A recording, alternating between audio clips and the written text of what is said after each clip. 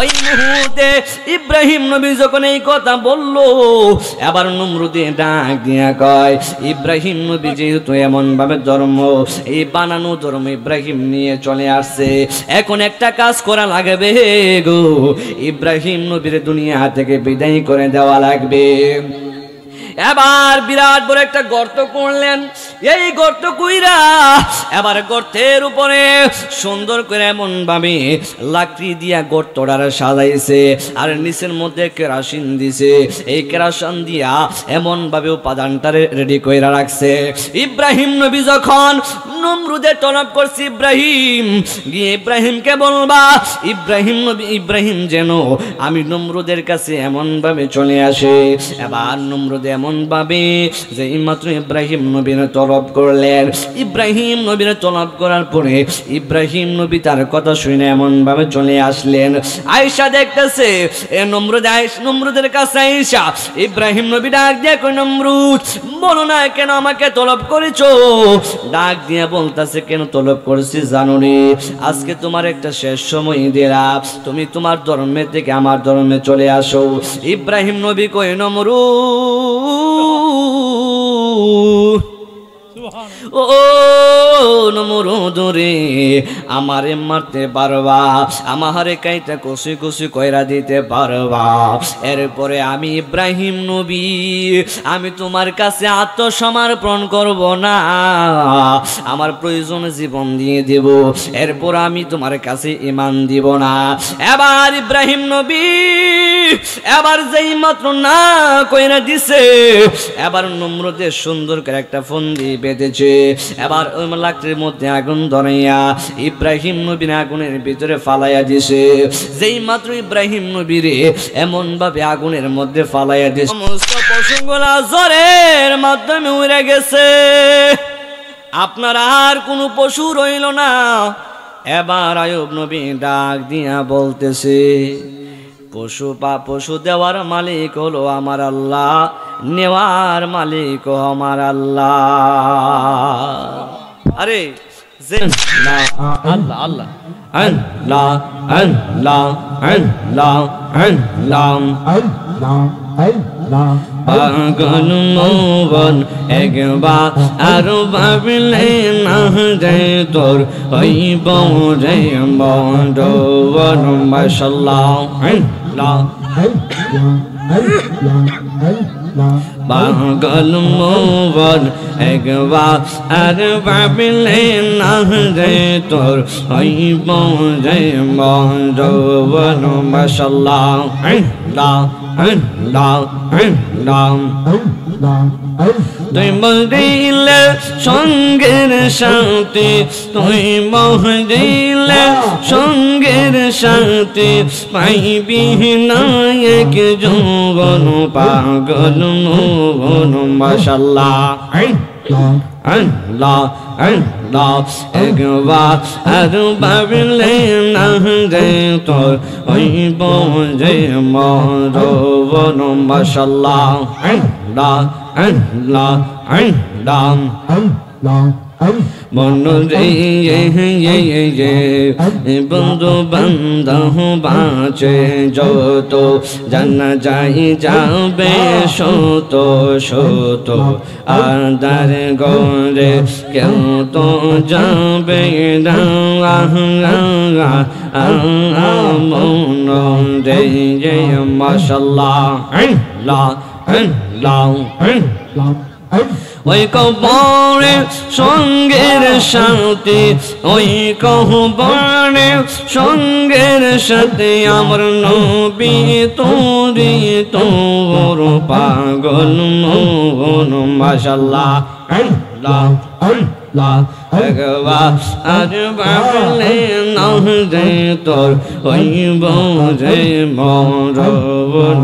মাশাআল্লাহ আল্লাহ পাগল মন একবার আর ভাবলে না রে তোর হইব যে মরণ।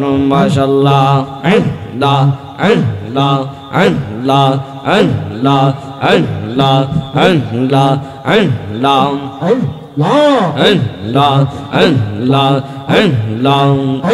আমার মুর্শিদ নীলো আমার মন কাঁদিয়া আমরার দয়াল নীলো আমার মন কাঁদিয়া কেমন কন্দে দিল মন কেমন কন্দে দিল মন প্রেমে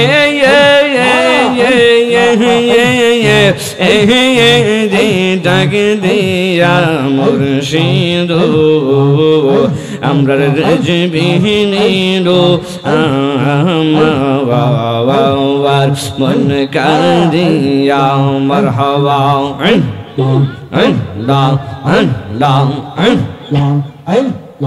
মুর্শিদ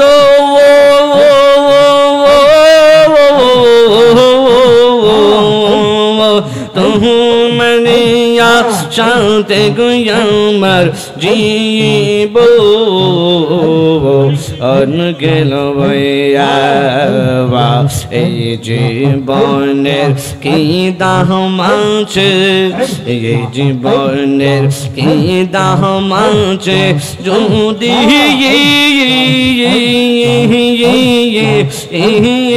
না জানলইয়া রেজবি গো আমরা রেজবি নিলো আমার মন কাঁদিয়া আমরা দয়াল নিলো আমার মন কাঁদিয়া মারহাবা কেমন করে দিল মন কেমন করে দিল মন প্রেমে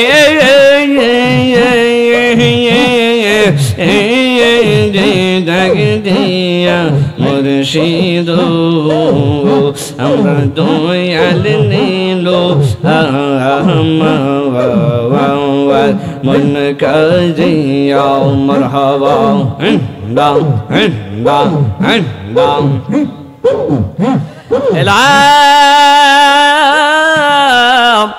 ইলাহা ইল্লাল্লাহু মুহাম্মাদুর রাসূলুল্লাহ সাল্লাল্লাহু তাআলা আলাইহি ওয়াসাল্লাম। উপস্থিত অধ্যক্ষার আয়োজিত আশিকানের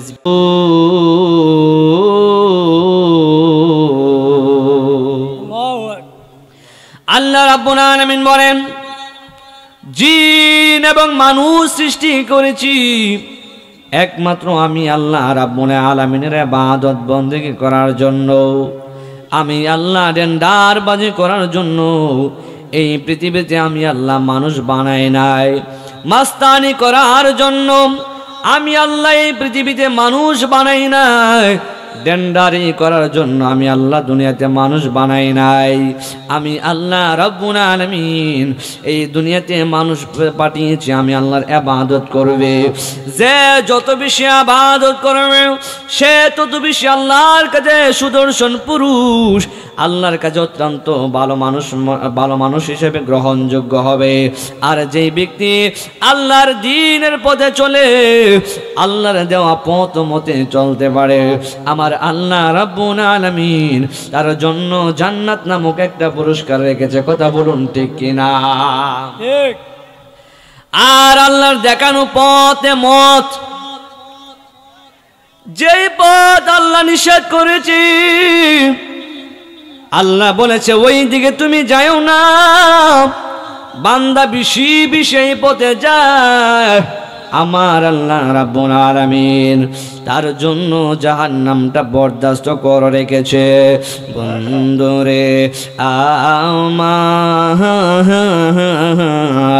ও আমার বুদন্তির বাবারা, এ রাজমিয়া দরবার শরীফের আশেকান বাবাজিরা গো, ও মুরব্বী বাবারা, আমার আল্লাহ রাব্বুল আলামিন বলেন এই পৃথিবীতে আমি আল্লাহ মানুষ পাঠিয়েছি, ডেন্ডারি করার জন্য আমি আল্লাহ মানুষ পাঠাই নাই, বংশের বাহাদুরি দেখানোর জন্য আমি আল্লাহ এই পৃথিবীতে আমি আল্লাহ মানুষ পাঠাই নাই, মাস্তানি করার জন্য আমি আল্লাহ দুনিয়াতে মানুষ বানাই না, ফজরের নামাজের সময় ঘুমানোর জন্য আমি আল্লাহ দুনিয়াতে মানুষ বানাই নাই, জোহরের নামাজ পড়ার সময় আপনি ওই দিক ঘুরলেন, আমার আল্লাহ গুনাহগারের করার জন্য আপনাকে আমাকে বানাই নাই।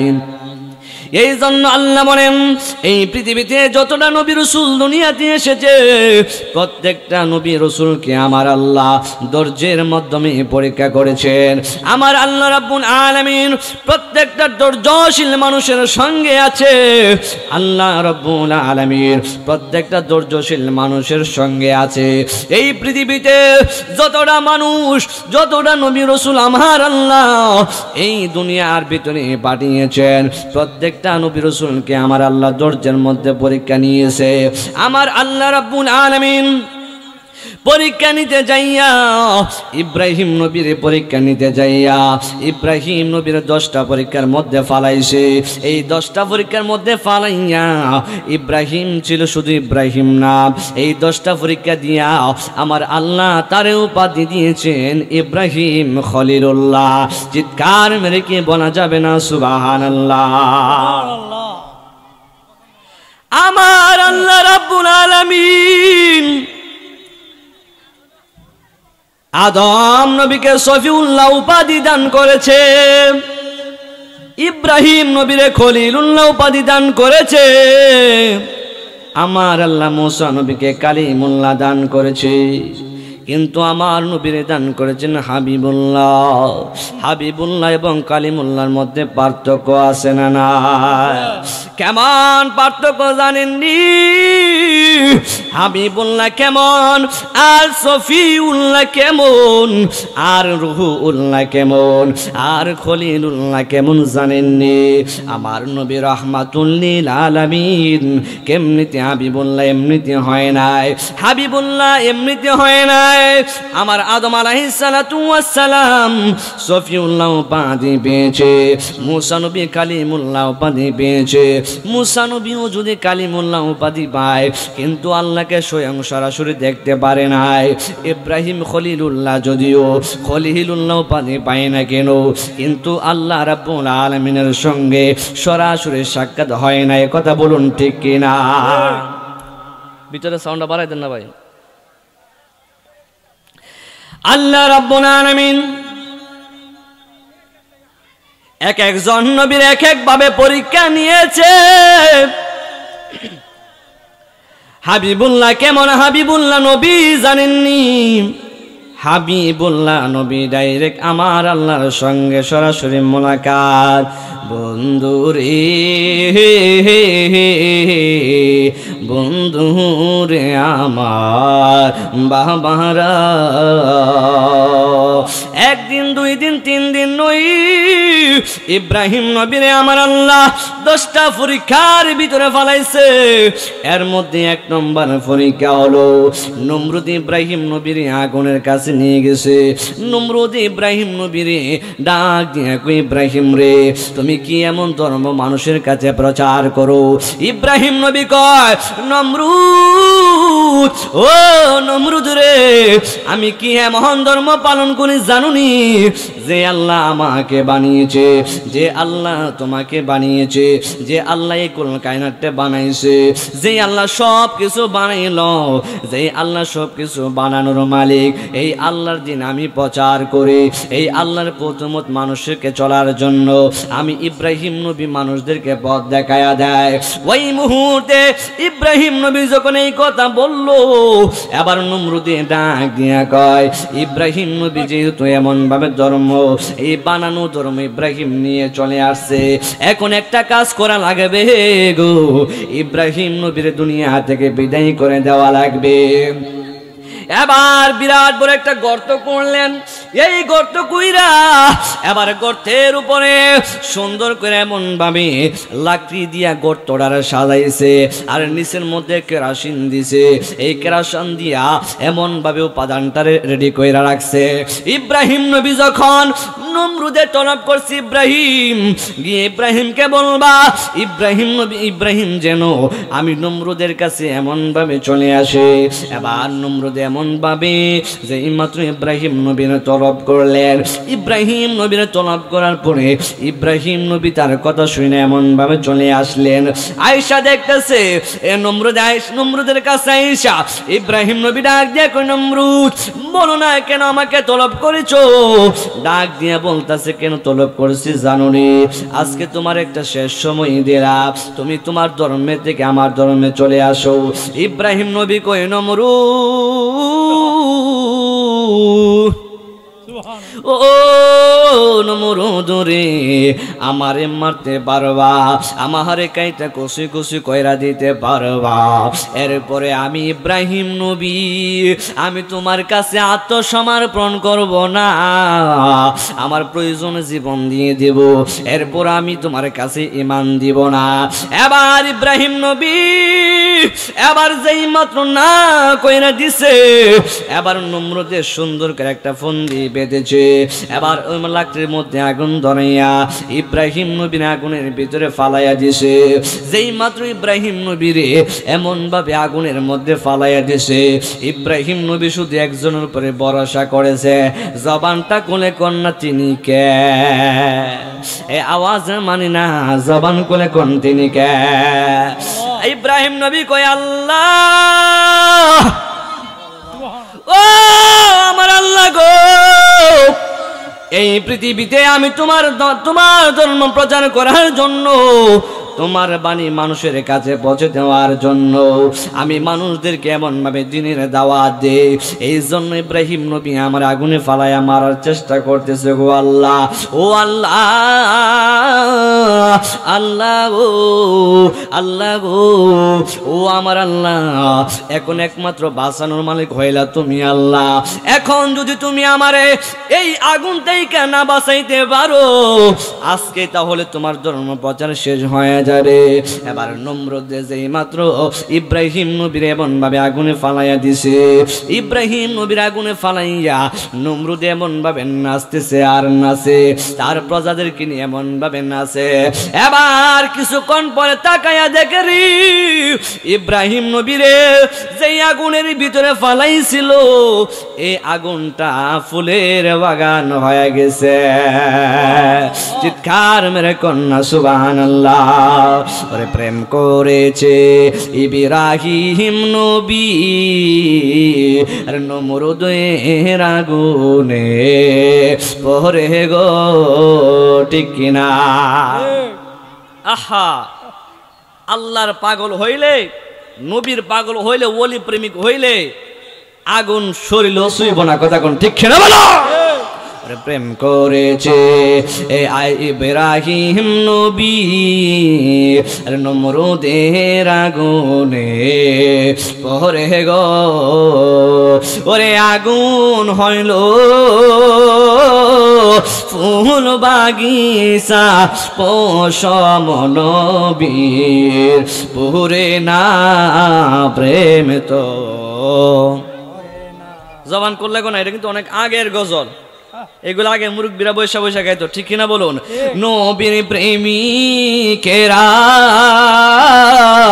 দিশেহারা মরণের বই,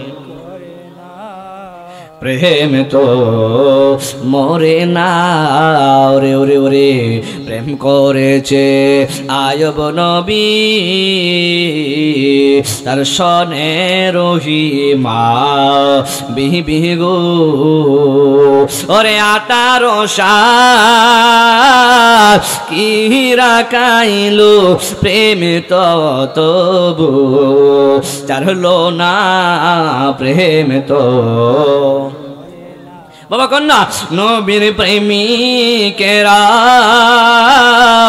দিশেহারা মরণের বই প্রেম তো মরে না। আরে আয়ুব নবীর ধন সম্পদ অভাব ছিল না, আয়ুব নবীর কোনো কিছু অভাব ছিল না। আয়ুব নবীর আমার আল্লাহ এমন একটা রাজত্ব দান করেছে যে আয়ুব নবীর রাজত্বের মধ্যে হাজার হাজার মানুষ তারা কাজ করতো। আয়ুব নবীর এই রাজত্বের মধ্যে তারা কাজ করত। আয়ুব নবীর ধন সম্পদ অভাব ছিল না, আয়ুব নবীর পশু পাখির কোনো অভাব ছিল না, আয়ুব নবীর কোনো ধন দৌলতের অভাব ছিল না। একদিন হঠাৎ কইরা শয়তানে আমার আল্লাহর ডাক দিয়ে কই, আল্লাহ গো, ও আমার আল্লাহ, ও আমার আল্লাহ গো, আপনি যে আয়ুব নবীর ধন সম্পদ দান করেছেন, এই ধন সম্পদ দান করার কারণে আয়ুবে আপনার ইবাদত বন্দেগী করে, আয়ুবে আপনার কথা মতো চলে। ওই মুহূর্তে আমার আল্লাহ রাব্বুল আলামিন ডাক দিয়া কই, শয়তান, ওই ইবলিস, আমি আয়ুবরে সম্পদ দান করার কারণে, রাজত্ব দান করার কারণে আয়ুবে আমার ইবাদত করে না। আমি যদি আয়ুবরে এমন ভাবে ধন সম্পদ না দিতাম, যদিও আয়ুবের রাজত্ব না থাকতো, এরপরে আয়ুবে আমার ইবাদত বন্দেগী করতো। ইবলিস ডাক দিয়া কই, আল্লাহ, বিশ্বাস বুঝি হয় না, বিশ্বাস না হলে তুমি তাইলে এই আয়ুব নবীর ধন সম্পদ নিয়ে দেখো, এরপরে দেখবা আয়ুবে তোমার ইবাদত বন্দেগী করবে না। এবার আমার আল্লাহ কই, ইবলিস, তুমি যা মনে মনে ভাবতেছো, তুমি যা কইতেছো তা হইল মিথ্যা।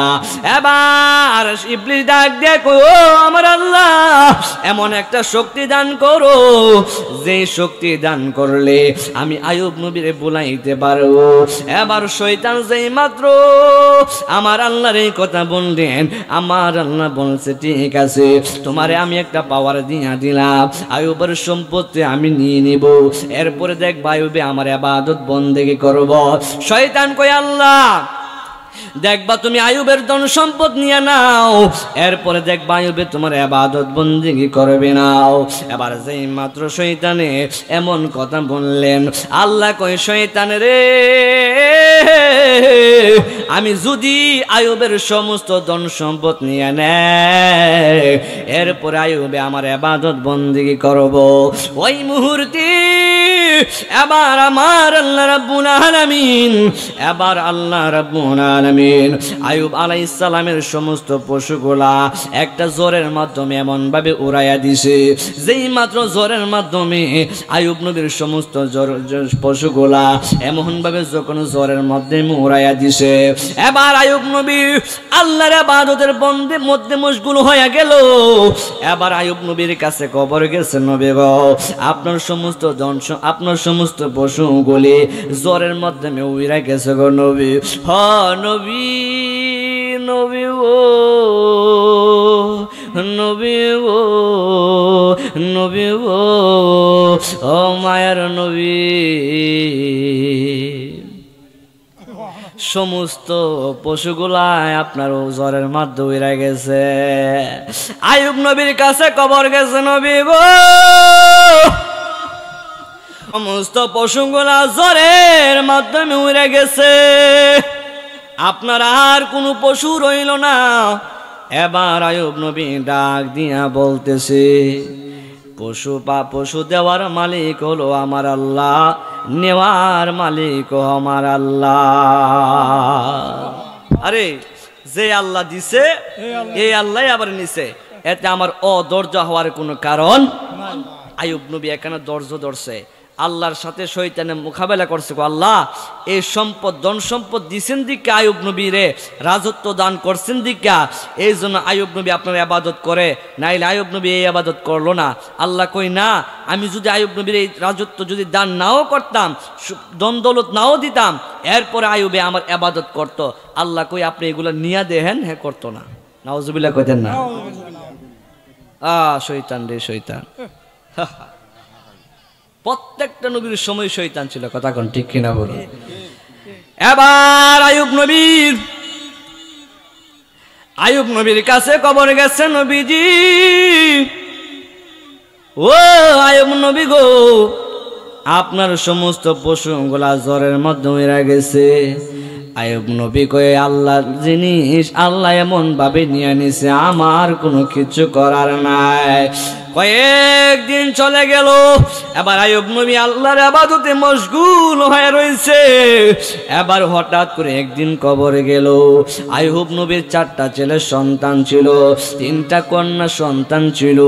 এই 3টা ছেলে সন্তান আর 2-3টা মেয়ে সন্তান এমন ভাবে গেছে মাদ্রাসায় পড়াশোনা করার জন্য, বিদ্যালয়ে গেছে পড়াশোনা করার জন্য। আইয়ুব নবী তার সন্তানদেরকে স্কুলে পাঠাইয়া দিছে। এবার স্কুলের টিচারে এমন ভাবে তাদেরকে পড়াশোনা করায়, তারা যখন এমন ভাবে পড়াশোনা করতেছে, হঠাৎ কইরা এবার টিচারের ডাক দেয়া কই, শিক্ষকের ডাক দেয়া কই, ছাত্র আমার তোমরা একটু বসো, আমি বাহির থেকে আসতেছি। এবার শিক্ষক যেই মাত্র এমন ভাবে বাহিরে গেল, ওই ফাঁক দিয়া আমার আল্লাহ ভূমিকম্প দিয়া ওই সন্তানদের উপরে আমার আল্লাহ এই স্কুলের বারান্দা ভাঙ্গা ফালাইয়া দিছে। যেই মাত্র ঘরটা ভেঙে গেল, এবার আইয়ুব নবীর 4টা সন্তানের ভিতরে সবগুলা সন্তান চাপা পড়ে মারা গেল। আইয়ুব নবীর কাছে কবরে গেছে নবী গো, ও আইয়ুব নবী, আপনি যে সন্তানগুলি, আপনার সন্তানগুলি তারা তো এমন ভাবে চাপা পইরা মারা গেছে। আইয়ুব নবী ডাক দিয়া কয়, আমার অধৈর্য হওয়ার কিছু নাই। আল্লাহ দিয়েছিল আমার 4টা সন্তান, 3টা কন্যা সন্তান আল্লাহ দিয়েছিল, এখন আল্লাহর জিনিস আল্লাহ নিয়ে নিছে, এতে আমার অধৈর্য হওয়ার কোনো কিছুই নাই। এবার আইয়ুব নবী এখানের মধ্যে অধৈর্য ধারণ করলো। এবার কিছুদিন চলে যাওয়ার পরে হঠাৎ করে আমার আল্লাহ রাব্বুল আলামিন আইয়ুব আলাইহিস সালামের সমস্ত ধন সম্পদ গুলা ভূমিকম্পে উড়াইয়া দিছে। যেই মাত্র ভূমিকম্প উড়াইয়া দিল, আমার আইয়ুব নবীর রাজত্ব নিয়ে নিল, আর কিছুই রইল না। এবার আইয়ুব নবীর কাছে কবরে গেছে, নবী গো, আপনার সমস্ত ধন সম্পদ গুলি ভূমিকম্পের সাথে মিশে গেল। ও নবী,